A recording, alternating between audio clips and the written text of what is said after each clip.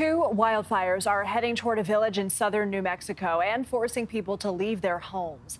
The flames have burned more than 13,000 acres. Let's bring in George Ducker now. He's the communications coordinator for the New Mexico State Forestry Division. George, thanks for being with us on such short notice. I think what was so shocking to me about, Ruidoso's alert, in all caps, go now, do not attempt to gather any belongings. Did this come on really fast?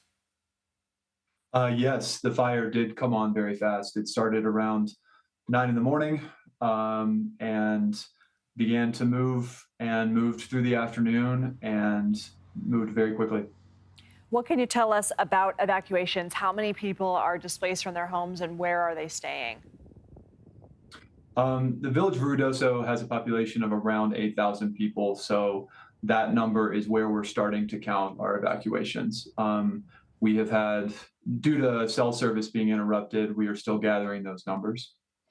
Okay, wow, we're looking at a time lapse right now from EarthCam, talking about how quickly this came on. I've been to Ruidoso. It's such a beautiful mountainous area, green trees. We can see right there on our screen just how picturesque it is.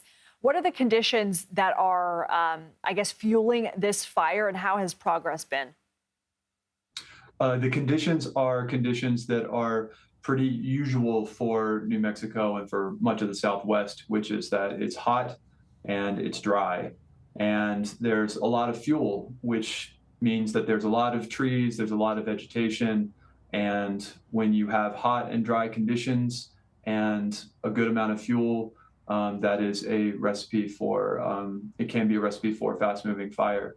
Also, the winds yesterday played a pretty big part in moving the fire in the direction that it went. What resources do you need most right now? What do you hope people who are watching learn from this? Right now, this is an all hands on deck operation. We have tribal, federal, state, and local cooperators all working together. Everyone's pitching in. Evacuation centers have been opened in Roswell, which is to the east. And a lot of folks are being told to go there because most of the evacuation centers in and around Ruidoso are either full or or are not operational.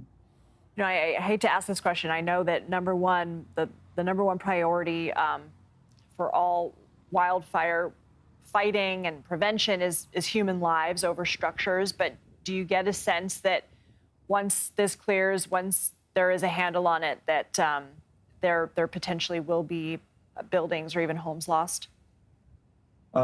Yes, we have reports that an approximate about 500 structures have been burned. The extent of that burn or that destruction is unknown at this time. Again, this fire has been moving very fast.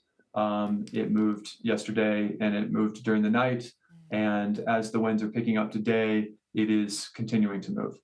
I hope everybody stays safe, including those crews that are fighting this fire. But wow, 500 structures. George Ducker, thank you so much. Thank you very much.